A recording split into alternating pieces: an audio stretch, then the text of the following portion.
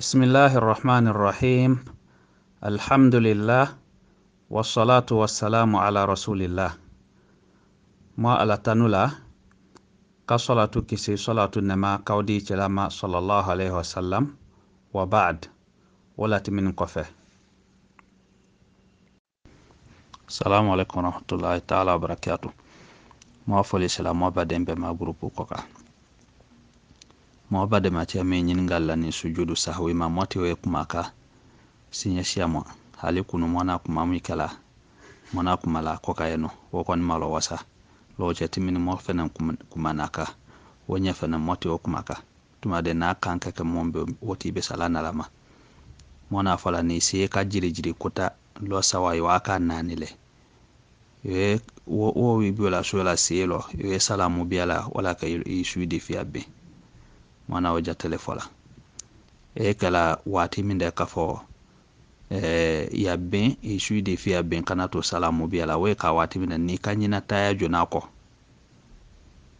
ani fana ni kasi kwandelo ka fo mbelo sawale se baba mbelo fi ale se we sikala ni amala njana maya inye wala ke I kwandelo fi akoka sawana mi sika yulo ni we sawana obia mi ado iwota o kala jani salamu bia isui di fiabe suidi fiabe na liala mino wolewe ni o kabwala utu iwadila la koka kota iwe salamu bia la isui be ala famu yaldi moma ala waleke moba denjete nyiningal la kumami mani wi ya wuri ni lola eta femina isela to fa we jufa ibe saduna baba ite saduna mita to bena wi ni tafawma ni kaki ya wuri ni lola fereli fenko ikanyina bismillah efo ni ka bismillah efo ma wi ni mi ya amakaran ne ile wala din wa makaran fereli la kuma kamena aha o wi ni su na ka déplacer ka bule to fe ata to fe mi ala ni we ima fe ita trawe jufa na jufa nga ke katredo ile na lola ina bismillah ile fola mata to la ibese ka o fendu milema jeli boma yadu ya kanate yadu basi teola ni do kata tere fe nyana maye benan ni yalo alhamdulillah bismillah le fola ka kanate o fanante basile mais ni kata tere le wutu ana fe mi fola ni wa wadi do wolo ate da nya ka fa ku fe o do wutu kama so ama o fo ile nya na o fola je kan ne so jate muli ala woding ya ulewe جلانا عليه الصلاة والسلام إذا أرسلت كلبك المعلم ولين مية إلى وبا مكرانا نيكا وين اللوكو يتعفيميا إفننكا على توفو إيكا على توفو ما أتاواتي نيو كتعفيمي ميا وكونو على وجو فانغا كي بسكا ودون نا كترالي ما فيندو الله ميتاتو بنا وين تاما وجاتلوي إفنن يقرسي فنني tere winning be fene makafale fe o mi akolo aha aleke ne tana mi ala fene tana so la aleke ne bu so halaju fananga ka wolo ile be se ka bismillah foma ibe se ka kanate kadu wote basile na katrale mafendo alo aha meta do bena ka fo ito sila ni I marama fe dinibu mo gwedo te no na kata tere ka fo déplacement na alo iboto si fonne lo ki déplacer kata le ko kata fe miala na la ise da miala le mona kumala ko kayano ka fo koko ni ina kesi kono ha ma fo mo wi na atalon ku ise le la o ko weti mina ibe ma kito sela ise la se ko me ile lo ni sela dini timi ka ito fe we fe ya be ki be la ta koro kamia ami ya se position tinye fo ya position ya nyama o kala bise kiya si o continue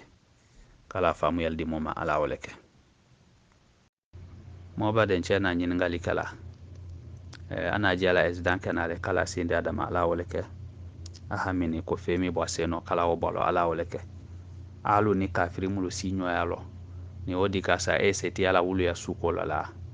wote dainye mo ba de mache wote dainye kafiri we sala kafiri wule ako bekela kata don aya kabi sola silamati madona ala silamati do kala nye itafo ala lahina ala kama so wote fo silama yo fo kafiri ma yo biya ala ala nasi masuela monya kwa na kono suratu tauba lo kafo ko ate dan silama unye feu kafo ko aya modi we sala ala katare amasunyani la kafo ko ido uke anye alla njene mayani ko inye kafo ko jana madene ale asani kafiri alo amaka ala fe mi bendo fombe ma wolewe imata ko la nyasu bedima aha ko sun fana ni timina kwaka sun mi timina kwaka ni we sungalo makono we se amado saraba bene na fe kami fo na kata tere komi sungalo makono to ye ni bena ma sungalo makono ma boba bene sungalo makono we bola na katere asara seinye ala katimiti mwanka ebe se kasara okono na manoya inye feu sungalo fiana do wese ka be fallo kuma jangalo manoya ba sungalo fiana mina nini wo ni wodon se kata keinye I wodon I wala ba wo bana utu sungalo do we inato wo juru sarala ala famu yaldi moma ala waleke sungalo fiana we bana do jonami juru ila ni wo utu I wo juru sarada mia aha kuma momin da ka bebe ke momin ala we ama kasara kuro yake iba sungalo sara koma tute ha ma fo sungalo be na kana sho aha sungalo fi anami nani ni wa o don fe be ne wo bana utu do me juru yala wo sara awe ka sara la kota fo yatimanin ki na doni kala famu yaldi moma ala walake nam mo ba musona jiningali mikani ka ben witri ya koma bon mo esi kala wati dula ka fo ni ma witri si kana ton lala suno kana na gbiyanga nde kunu sulo aha mika yin wolo yasi kene ila mele ba witri si la kila adulo nyawo mate ido ta fe to la fe note wala iwe na kunu su wati dila su se wati ye bene ido ti oba witri si la yaka di wolo adani nye ka fo ku wi fen ka noya ima iwosi me we ka se la halima witri koni ka utu witri min dale loki lo ya nyono fo mino misalo ya be mani ka o su kala ebe se lo woro sila wala ilo sensi wala ilo tanzi wala itanifia si me ka lo fo nyongo utu ka fo ne lo sawa ba lulu ba wu ai ka ke wo konde sule ya ke konde dafa ne wolo utu ika fe mano wolo wo kan aha adile ni yo sungalo lani sungalo la oba witri sila misila aha elewe na iwe kurazisho ibe se si kala me iwo ka lo fia ele utu ya konde dafa lo fia ya konde dafa aha wota kenya lewe mita to bena utu sunta fama gbesa wa mi dona ni kalo ha mona je awolo na wala dani kalo amume bele kono awi diala ebe se kati kindo kalo damiala ikindo kalo chema ikindo kalo labana afena wi diala ya besi nyona kalo damiala awi diala ya besi nyona kalo chema akidi ya nyanya mani kabati sawa suela kalo kinkono awe dafalewe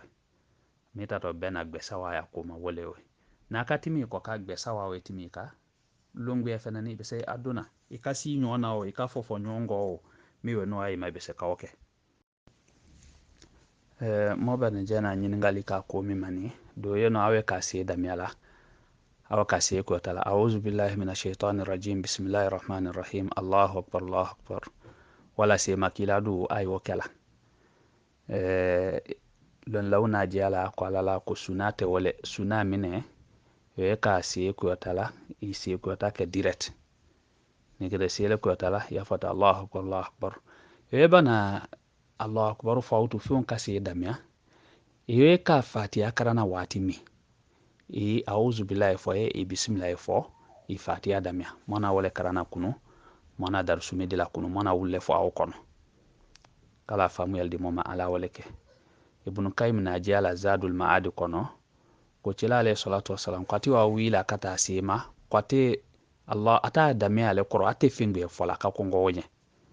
aha ate allah akbar le fola takbiratu ihram lewe ate fingbe kongo na wonye kala famu yaldi moma ala waleke biola jela joromululo ya fa allahu akbar biola je masia moya kolo wa biola je ya nani le koni foni i hangi tolo weka takbiratu ihram ka Allah akbar jona ya fa Allahu akbar ki bela wi be fi ala wi ka je sanfɛ ka Allah akbar ke ki lo ka se damia we bela je ya kine we ka jila ru kono bela je ya dile we ka bo ru kono bela je ya dile we ta ya jona kara nani we lo nani se lo wala lo sawa se lo we ki wila bela je ya dile we bela je ya nani we mi o bo ko utu yalon ko tala kala famu yaldi moma ala wala ke to ka si kuyatala wati dula se we ka salatuma do ya foko tila to fola ka fo ashhadu muhammad rasulullah ina mo ye misila son sallallahu alaihi wasallam tila alayhi salatu wassalam ato we fola joro joro be se ka salatu ke hale katre isile kono ni tila to we late ya fo sallallahu alaihi wasallam me ya fo ida ko ben aha mi kay wole o kala famu yaldi moma ala wala ke iwe bana rukona siye ke we rukon ke wila kabo rukono kafo sami Allahu liman hamida jala sai biyo fiya la nyonga le utu ki biyo miya ba biyo la jila le wadingi amin we mita to bena wajoroma kuma siya mwana ba lele lo bunbazi uni albani wocheya aka nyono fo siya mon kalo me mona jela si kiti je kanilo kafo biyo miya mi fe ni wo we si suna lele iwa kala ya bara yusola ni fana kala ji ya si kan liala fiya wo belo biyo miya bo ya si kan walilahi alhamd mina biyo la jila wo fana ya si tinyande abe kan aha biyo miya wuturu kon kofe wo fana ni ale kuma kine na o hali bele me afon ne kuwe bana ru kona kuyi latere ko ha ma fo kuro be se ko a place la aha mo alon la sia mo ka famu kuma o kono kuro se ko to place mindala ite me jani ru konke kuro te me ocho ko ase ko to wonya kene mako wole kwe so wulu ya yena welo ko ni kibyo la je ko wole kai wole sunale kama so ka kongo yuru konke be la je nete yo bana ru kona yala je wonya ken kako wani ka mo ye mina fala ka fala la kuro si ko mi ko yeni wa kilo kilatire wole ko ye wala ke o te basile welon la wiya famu yallele ka be kuma jatema aha koni ni kala je wole kan kala famu yaldi moma ala wole ke ate te mi ru ko nya yakete ni gani wole o kala famu yaldi moma ala wole ke mo baden jana nyin ngal ka ko man ka be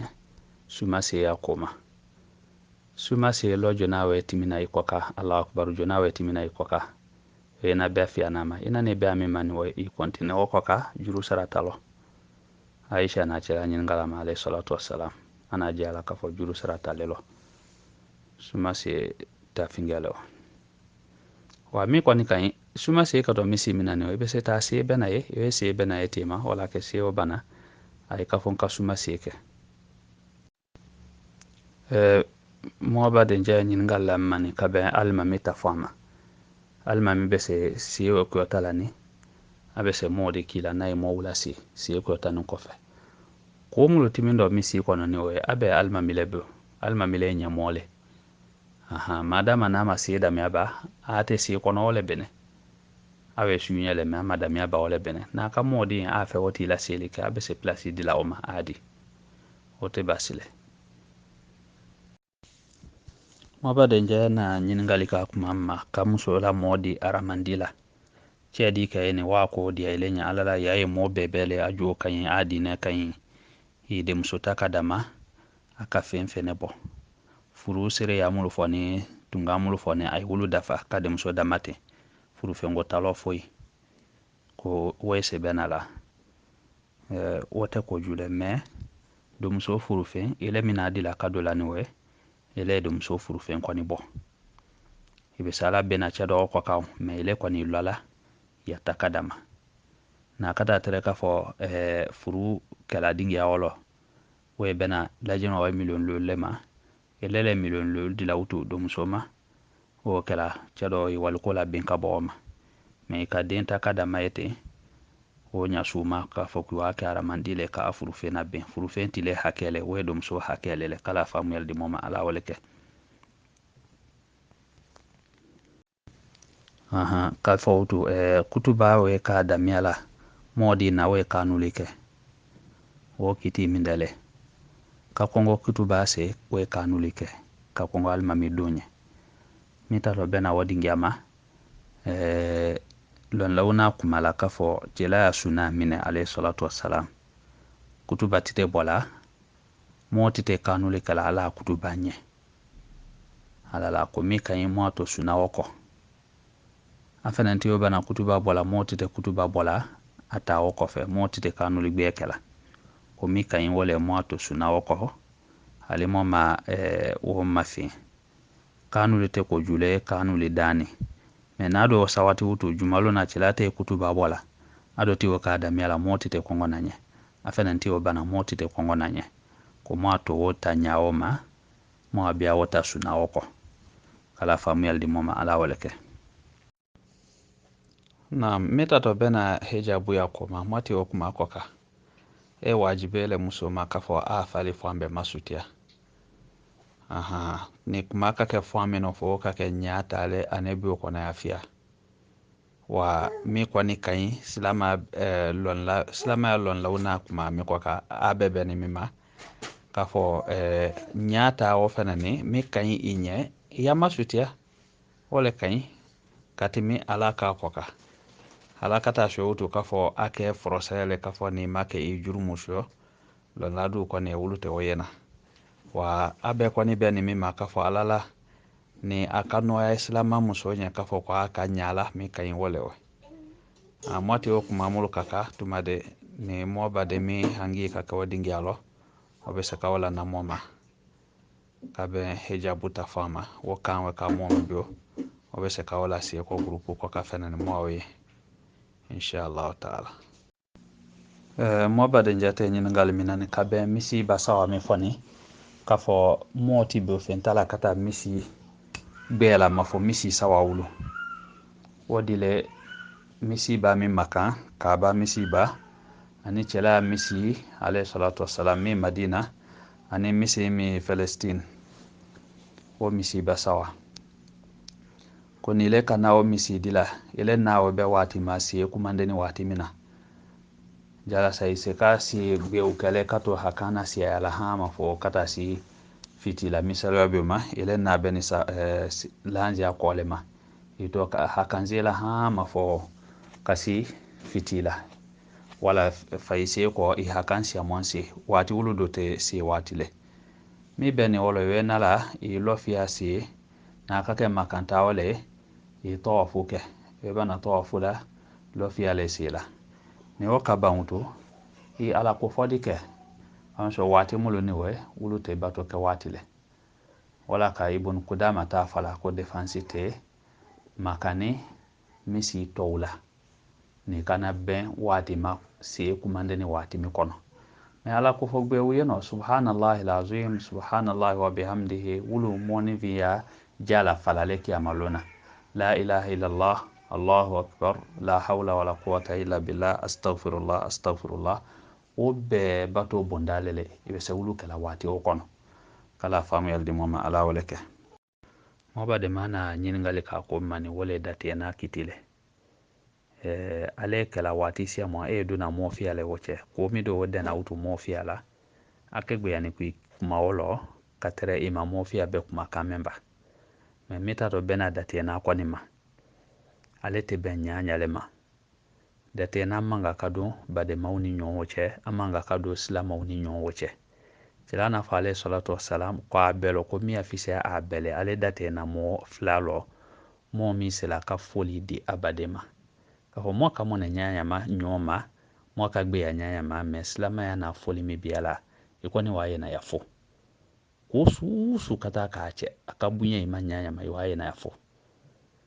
tuma de donyo no ko gbe uye no wulu be se ke gbe ala ka fo wulu dafa